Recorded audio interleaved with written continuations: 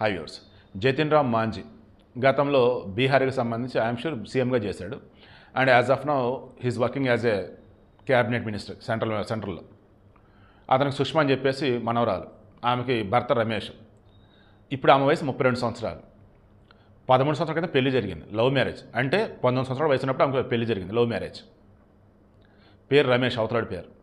ఈమెమో వికాస్ మిత్రగా పనిచేస్తుంది, వాడేమో ఒక ఓన్ వెహికల్ ఉంది, దాన్ని నడుపుకుంటున్నాడు, లేదన్నప్పుడు నడిపిస్తున్నాడు.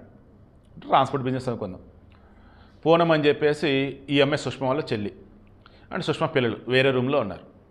ఈ సుష్మా బలవంతంగా రూమ్లో ఒక లాకెళ్ళాడు. నాటు పిస్తోల్ ఉండేది, ఆ బీహార్లో అనకూడదు కానీ ఇంట్లో ఏదో కత్తులు చాకులాగా నాటు తుపాకులు ఉంటాయి అక్కడ.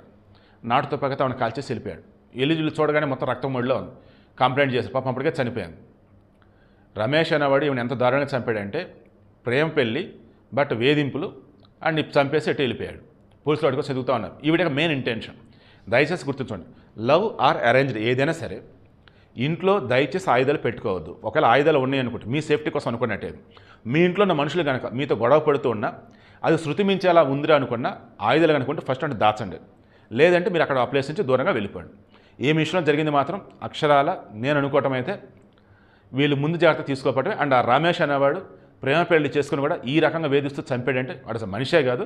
వాడిని పట్టుకొని ఉరిశిక్ష వేయించాలి, లేదంటే ఎన్కౌంటర్ చేస్తే చాలా చాలా సంతోషం.